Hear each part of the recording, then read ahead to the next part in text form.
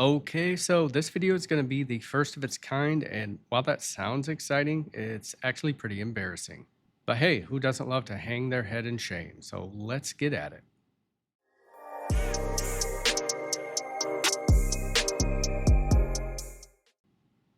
October 2024. Unquiet Hands sent me their new slider, the Wispy, and it blew me away. I shot the video, created some image assets, and I was excited for people to check it out. The one thing I didn't do was upload the video. The other day, I went to rewatch it and it didn't exist on my channel. I can't even post that old video because I lost it on a corrupted drive. Sorry, Tom. Go figure it happened to Unquiet Hands. They've been the biggest supporter of my channel for almost a decade. Well, better late than never, I guess. No surprises here. Unquiet Hands always has stellar packaging and presentation, and once again, it's out of this world. We got the white box with the gold cosmic debris, a classy COA, some extra screws, stickers, and there's a carrying pouch that I left at home, go figure. It also comes with a manual, and the amount of content in here is very thoughtful. It gives you lots of tips and tricks on, how to take care of your plates and things like that.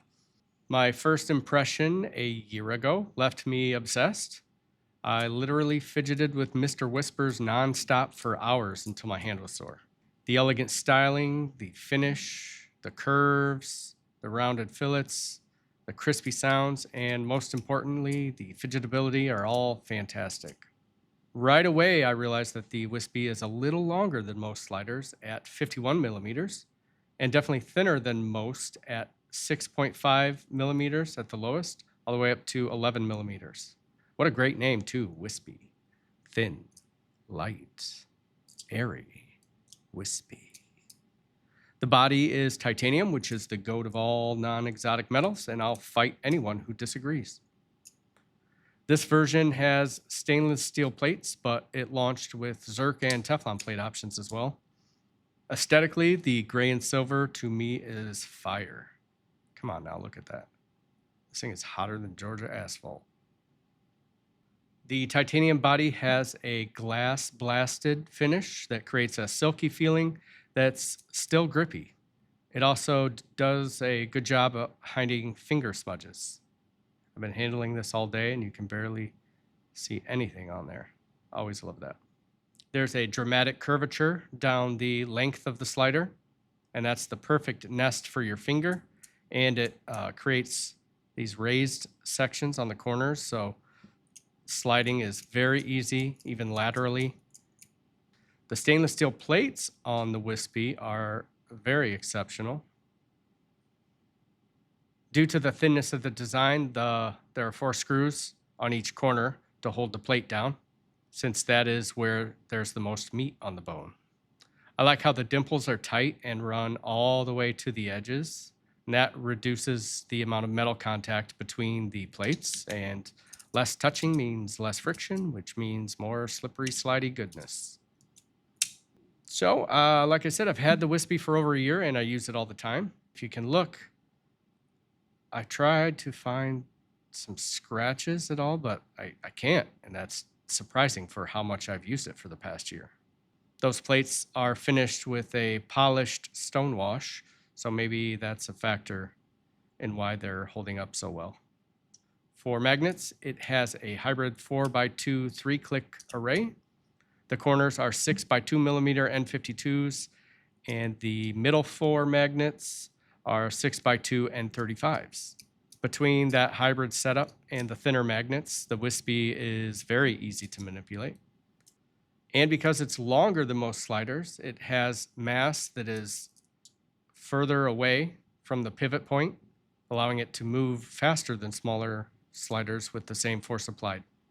Think about a door on a hinge. If you try to push a door open near the hinge, it requires a lot more force than if you were to push it near the doorknob. I'm not saying it's a night and day difference between this and shorter sliders, but there is a difference, and science is cool. My favorite way to fidget with the Wispy is what I call the Timberlake, because what goes around comes back around. I'm still working on a move that I call the waterfall, but this one's a little trickier to get it to land just right. Oh, there we go. Can really get the hang of it, and I'm successful multiple times in a row, kind of like that. Yeah, good times.